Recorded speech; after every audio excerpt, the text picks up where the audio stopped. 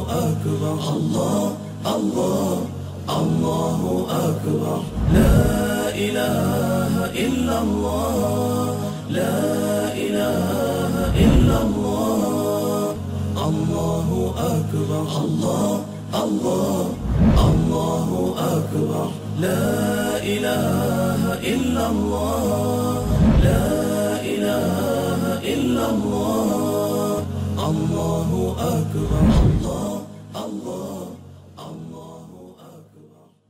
السلام عليكم ورحمة الله وبركاته. الحمد لله الحمد لله الذي قال في قوله وهو أصدق القائلين بسم الله الرحمن الرحيم ولقد خلقنا الإنسان من سلالة من طين ثم جعلناه نطفة في قرار مكين صدق الله العظيم. وأشهد أن لا إله إلا الله وحده لا شريك له وأشهد أن سيدنا محمدا عبده ورسوله. اللهم صل على سيدنا محمد صلى الله عليه وعلى آله وأصحابه ونحن مجتمعون أما بعد أيها الإخوة. Ndugu wapenzi watazamaji wa television yetu African TV, katika kipindi chetu hiki tunaelezea ndani ya mwezi huu mtukufu wa Ramadhani kwamba Qur'ani ni muujiza wa miujiza, na kauli mbiu ya televisheni yetu ni kwamba Qur'ani inakuwa ndiyo dira na msingi wa sayansi na teknolojia. Na kwa kuwa tumo ndani ya mwezi mtukufu wa Ramadhani, ni lazima tuithibitishe Qur'ani, kuionyesha machoni pa watu wapate kujua ya kwamba kitabu hiki ni kitabu cha namna gani. Tuliona katika darsa lililopita Profesa Keith Moore akiwaambia wale wanafunzi kutoka chuo kikuu cha Riyadh nchini Saudi Arabia ya kwamba ndani ya maji ya uzazi ya mwanamume kuna chromosome chembe hai zipatazo milioni 500 mpaka milioni 600 katika ule mkupuo mmoja ambao mwanamume anamwaga maji yake ya uzazi katika nyumba ya uzazi ya mwanamke. Na pia tumeeleza kwamba ndani ya yale maji ya uzazi ya mwanamume zile chromosome zinakuwa ziko mbea mbili, zinakuwa ni X na Y, ni wanaume wale na wanawake. Kuna mbegu zenye kuwa na tabia ya kuwa ni X wanawake, na kuna mbegu zenye tabia ya kuwa ni Y ambao ni wanaume, na mwanamke mbegu zake zote zinakuwa ni X tu. Kwa hiyo X ya mwanamume ikikutana na X ya mwanamke, mtoto anakuwa mwanamke, na Y ya mwanamume ikikutana na X ya mwanamke, mtoto anakuwa mwanamume. Jambo hili wao wamekuja kulijua pia katika karne ya 18, na mwanasayansi huyu wa Kitaliano Spallanzani anakuja kueleza ya kwamba ujauzito ndani ya tumbo la mwanamke, mtoto kuwa mwanamume au mwanamke, jambo hili linafanyika wakati gani? Akaja akagundua kwamba ni wakati ule ule wa kutunga kwa ujauzito, na ndiyo jinsia hufanyika pale pale. Qur'ani pia ilikuwa imemwacha kwa karne 12, ilikuwa tayari imekwishaeleza. Qur'ani ilikuwa imeeleza ya kwamba ndani ya mbegu za uzazi za mwanamume kuna jinsia mbili, X na Y, wanaume na wanawake wapo mule. Na jambo hili mtoto kuwa mwanamume au mwanamke linafanyika wakati ule. Qur'ani ikasema idha tumna, wakati wa kutunga kwa ujauzito, yanapomwagwa yale maji ya uzazi ya mwanamume katika fuko la uzazi la mwanamke, linapokuja kurutubishwa lile yai la kike na ile mbegu ya uzazi ya mwanamume, ndiyo wakati ule ule ufanyika jinsia ya mtoto, akawa yeye ni mwanamume au mwanamke. Idha tumna wa annahu khalaqa az-zawjayn adh-dhakara wal untha min nutfatin idha tumna, ni wakati ule ule wa kutunga kwa ujauzito na jinsia ya mtoto hufanyika pale pale. Karne ya 7 Qur'ani inaeleza habari hii kule jangwani, na karne ya 7 wazungu wanaita centuries of darkness, ni karne ya giza la kiilmu, kwa sababu haya yote tunayaeleza yalikuwa hayajasemwa, hayajagunduliwa, hayajavumbuliwa, hayajajulikana. Pia vyombo kama ilivyokuwa kama vile darubini, ma ultrasound, ma x-ray, radio carbon, 3D x-ray, katika teknolojia ya hologram, vilikuwa bado havijavumbuliwa na vinginevyo. Darubini ya kwanza yavumbuliwa katika nchi ya Ufaransa na yule fundi mtengeneza miwani.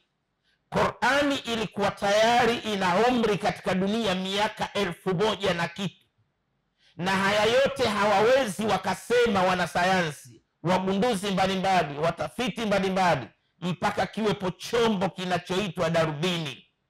Qur'ani ilikuwa tayari imekwisha eleza, na Qur'ani ilitangulia darubini ya kwanza kwa miaka 1000 na kitu.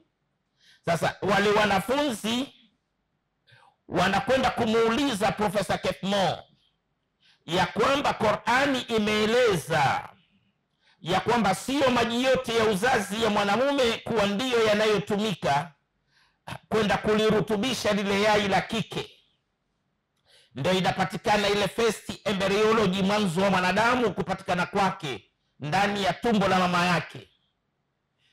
Wanamuuliza Profesa Keith Moore. Profesa Keith Moore anajibu, anasema Qur'ani imesema kweli. Wanamuuliza ni jambo gani lililokujulisheni nyinyi kwamba Qur'ani imesema kweli? Anasema ni kwamba ndani ya maji ya uzazi wa mwanamume, zile chromosome katika mkupuo mmoja wa mwanamume kumwaga maji yake ya uzazi katika nyumba ya uzazi ya mwanamke, inakuwa zile mbegu zinakuwa ni 1,500,000 mpaka 1,600,000. Kwa hiyo pale inakuwa ni mbegu moja tu ndiyo inayokuja kutumika kwa ajili ya kulirutubisha lile yai la kike. Ikisharutubishwa lile yai linakuja linatoa kemikali zinazizuia zile mbegu zinazokuja zile zingine 1,500,000 mpaka 1,600,000, ya kwamba nyinyi msiingie, mwenzenu mmoja katika nyinyi tayari amekwisha ingia. Kwa hiyo zile mbegu zote zitakuja mpaka karibu na yai ambapo ilipoingilia mbegu moja, alafu zote zitarudi kulia na kuanza kulizunguka lile yai kulia kwenda kushoto. Hapa kunakuwa na maajabu mengine yanayofanyika, kwamba lile yai linakuwa ndiyo mithili sasa ya Al-Kaaba kule katika nyumba tukufu ya Mwenyezi Mungu kule Makka, na wale X na Y, wanaume na wanawake wale, zile chromosome X na Y 1,500,000 mpaka 1,600,000, wanakuwa wale ndiyo mahujaji, na zile mbegu zote zinakuwa ni za rangi moja, inakuwa ndiyo vazi la ihrami. Aliyezisafirisha zile mbegu anakuwa ni mwanamume, na katika ibada ya hija, kusafirisha mahujaji, kusimamia ibada ya hija, ulinzi, jambo hili, mambo haya yote anayafanya mwanamume. Ar-rijalu qawwamuna 'ala an-nisa, wanaume ndio wanakuwa wasimamizi wa kusimamia majambo katika kuwasimamia wanawake. Kwa hiyo hapa Qur'ani pia haionyeshi ya kwamba Qur'ani imeweka mfumo dume. Hapa Qur'ani imempendelea mwanamke, Uislamu umempendelea mwanamke, kwamba huyu mwanamume imempa majukumu ya kumsimamia mwanamke. Kwa hiyo mwanamke hapa anakuwa yeye ndiye malkia, na huyu mwanamume anakuwa yeye ni bodyguard. Sasa hapa mtukufu ni nani? Mtukufu anakuwa ni mwanamke, kutokana na Mwenyezi Mungu Subhanahu wa Ta'ala amemtukuza mwanamke kwa utukufu uliokuwa mkubwa kabisa. Kwa hiyo unakuja kuona ya kwamba zile mbegu zinapokuja, ikishaingia mbegu moja kulirutubisha lile yai la kike, zile mbegu zilizobakia zitarudi upande wa kulia na kuanza kulizunguka lile yai kulia kwenda kushoto. Kwa hiyo hapa unakuja kuona ya kwamba ibada ya tawafu hapa inafanyika. Sasa unakuja kuona ya kwamba katika lile tumbo la mwanamke mule ndani mule, unakuja kuona ya kwamba hakuna tofauti yoyote na katika viwanja vitakatifu katika nyumba tukufu ya Mwenyezi Mungu Subhanahu wa Ta'ala, Al-Kaaba. Kwa hiyo mbegu moja tayari imekwisha ingia. Tayari hatua ya kwanza ya kupatikana mwanadamu ndani ya tumbo la mama yake inakuwa tayari. Kiini cha kwanza kimekwisha patikana, inakuwa ndio first embryology, mwanzo wa mwanadamu. Zile mbegu nyingine zote zinakuwa haziingii. Sasa Profesa Ketmo anasema kwamba tumeweza kujua jambo hili kutokana na vifaa vya kisasa tulivyokuwa navyo kama vile darubini, ndio tumeweza kuyajua haya. Qur'ani jambo hili imelieleza karne ya 7. Wanasayansi wanakuja kujua jambo hili katika karne hizi za karibuni, tena kwa msaada wa chombo kama vile darubini, ya kwamba sio maji yote ya uzazi ya mwanamume kuwa ndiyo yanayotumika kwenda kulirutubisha lile yai la kike. Kwa hiyo haya ni maelezo mengine pia ya kitaalamu ambayo Qur'ani ilikuja ikayaeleza. Baada ya Qur'ani kueleza ya kwamba mwanzo wa mwanadamu kupatikana kwake ndani ya tumbo la mama yake, anapatikana huyu mwanadamu kutokana na chembe hai moja, kutokana na sel moja, mbegu moja ya uzazi ambayo Qur'ani imeiita kwa jina la nutfa. Kisayansi, kibiolojia wanaiita zygote.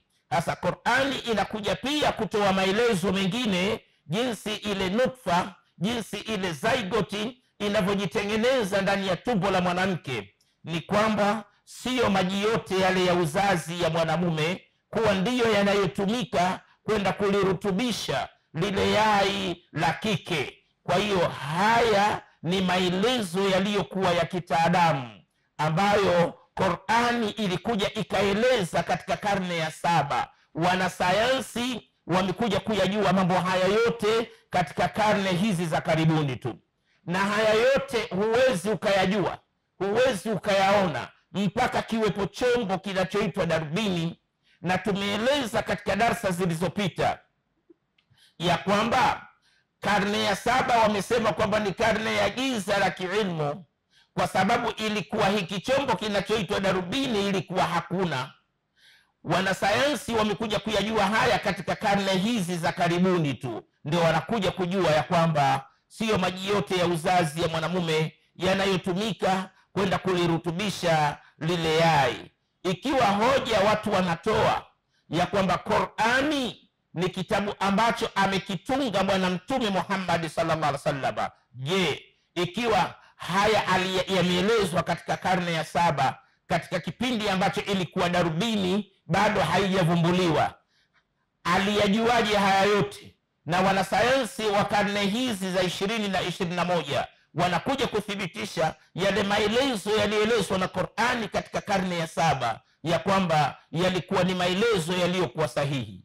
Kwa kiasi hiki alichotukadiria Mwenyezi Mungu Subhanahu wa Ta'ala katika darasa letu hili la leo, insha Allahu Ta'ala katika darasa litakalokuja tutaendelea na darasa letu. Wal afwa minkum, wassalamu alaikum wa rahmatullahi wa barakatuh. Allahu akbar, Allah, Allah, Allahu akbar, la ilaha illa Allah, la ilaha illa Allah. Allahu akbar, Allah, Allah, Allahu akbar, la ilaha illa Allah, la ilaha illa Allah. Allahu akbar.